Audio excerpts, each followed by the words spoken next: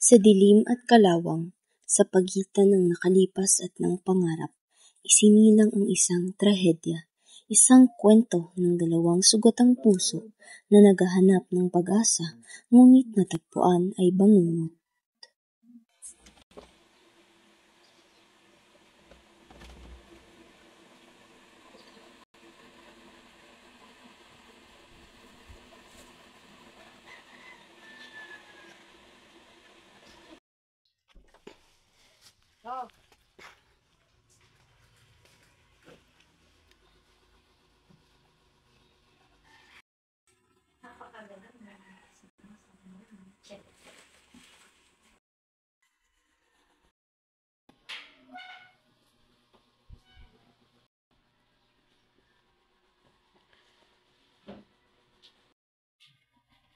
Ning, tapos na ang libin ni Crispin. Pinuntahan ko, pero wala ka. Hindi ko kaya.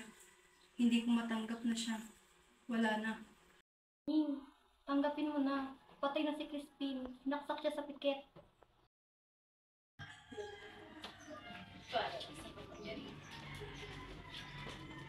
Uy, Ernie, aksidente lang daw nangyari sa kaibigan mo. Politika daw.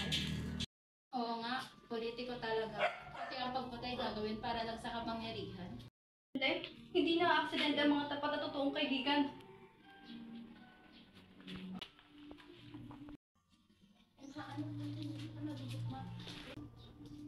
Hindi mo kaya ito, Ernie. Puro takot lang at galit. Takot, hindi galit, kundi kasalanan.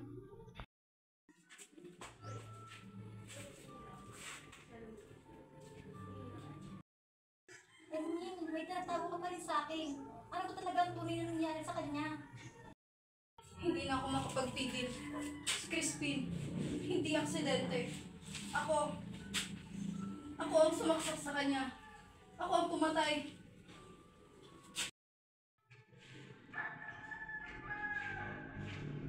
Uy, pare! Pare, ano kailangan natin ngayon, pare?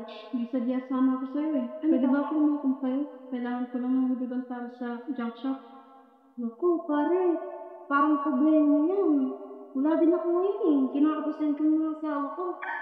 Pare, pangako naman babayaran kita eh. Kailangan ko lang talaga masagip yung junk shop. Pare, naintindihan kita, pero wala din ako ngayon eh. Pare, parang awa mo na. Kailangan ko lang talaga. Pare, naintindihan kita, pero wala din ako ngayon eh. Naubos yung pera ko sa pangangampanya. Sana naintindihan ko din yun. Yun lang yung kabuhayan ko, Crispin. Akala ko matutulungan mo ko. Wala ka din naman palang kwenta.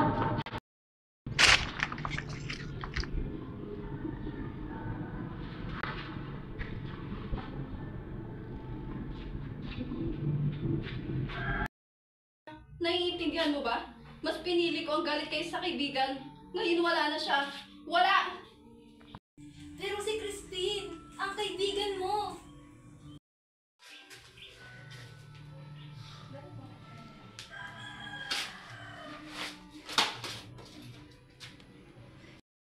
Ernie, paano mo nagawa yun? Paano mo naisip mo? Papatawad ka.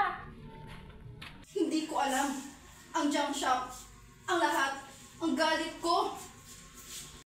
Ning, bitawan mo yan. Hindi ka patot para gawin ang ganyang bagay. Kayang itapon. Hindi ko kayang itapon ang kasalanan ko. Hindi ko yun ginusto. Hindi. Ernie, tigilan mo na. Huwag mo sirain ang buhay natin para sa kasalanan mo. Hindi ako ang pumatay sa kanya. Tumigil ka.